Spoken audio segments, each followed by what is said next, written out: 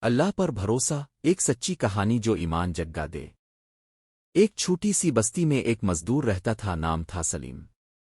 سلیم بہت غریب تھا مگر اس کا ایمان بہت مضبوط تھا۔ وہ دن بھر سخت محنت کرتا، شام کو گھر آتا تو بچوں کے چہروں پر خوشی دیکھ کر ساری تھکن بھول جاتا۔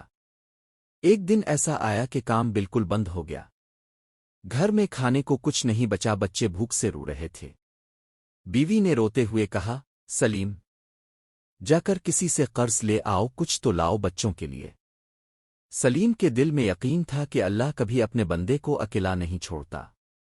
اس نے بیوی سے کہا، میں بندوں سے نہیں اپنے رب سے مانگوں گا۔ جس نے آج تک دیا ہے وہ آج بھی دے گا۔ وہ وضو کر کے نماز میں کھڑا ہوا۔ نماز کے بعد ہاتھ اٹھا کر بولا، اللہ، تیرے سوا کوئی نہیں، میں صرف تجھ پر بھروسہ کرتا ہوں۔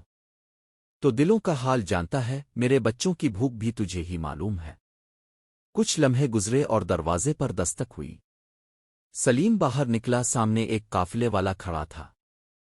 کہنے لگا، بھائی، ہمارے اونٹوں کا ایک تھیلا یہاں گر گیا ہے، شاید تمہارا ہو۔ سلیم نے تھیلا اٹھایا، وہ کھانے کی چیزوں اور چند سکے سے بھرا ہوا تھا۔ قافلے والا مسکرا کر چلا گیا۔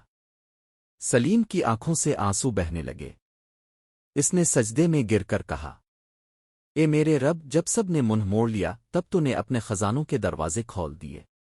میں نے صرف تجھ پر بھروسہ کیا اور تو نے میرا سہارا بن کر دکھایا۔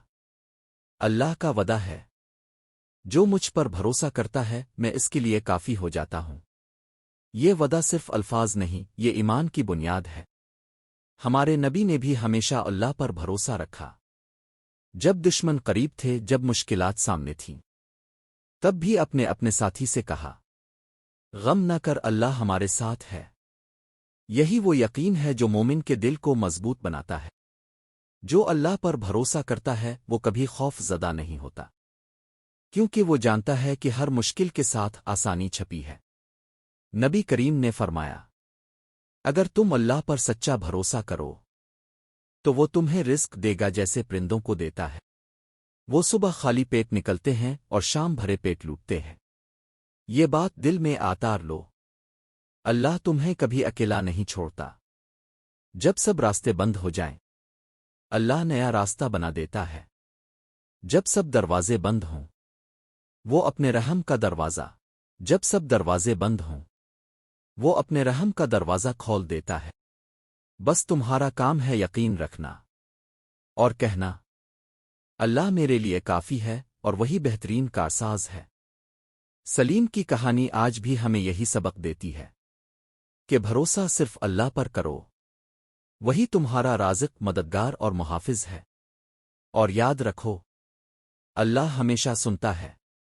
بس صبر کرو، دعا کرو اور ایمان سے کہو، اللہ میرے ساتھ ہے۔